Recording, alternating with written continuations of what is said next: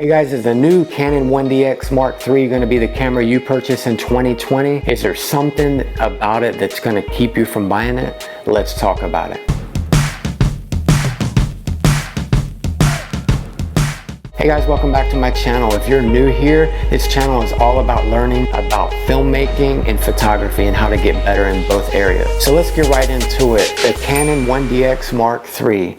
If some of you guys watching this are Canon 1DX Mark II owners, go ahead and leave in the comments if you're even going to consider getting this camera. If you're a hybrid shooter like I am, you know finding that perfect camera that can do photos and stills equally is super important to us. Now I'm just going to give a disclaimer. I am not married to any brand. I currently shoot on the Sony a7 III, but I have rented cameras out like the C200, the T7i, and I've owned cameras such as Nikon's, Sony's, etc.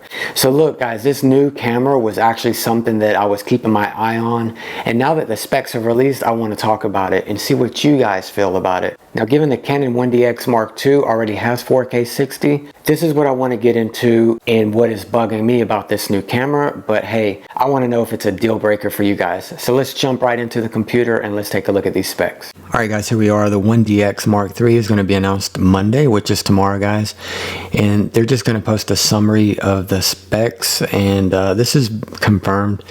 It's probably going to have at least the Digic 9 processor, which is going to need a lot of processing power to match it to raw video and buffer specifications. Now this is really what this video is about for me as a hybrid shooter.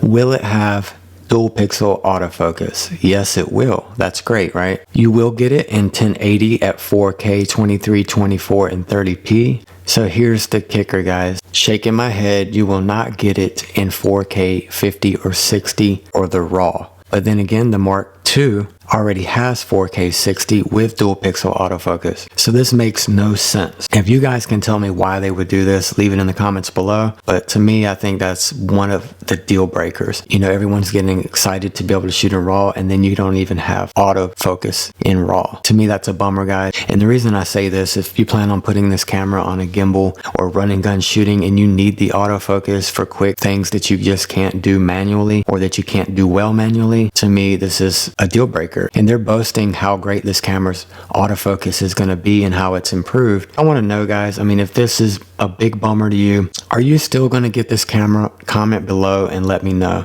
Also, lastly, the $64.99 price tag, what do you guys feel about that? I think now you can get a new Mark II for $54.99, and then this new camera is $64.99, so it's actually $500 more than the release price of the Mark II.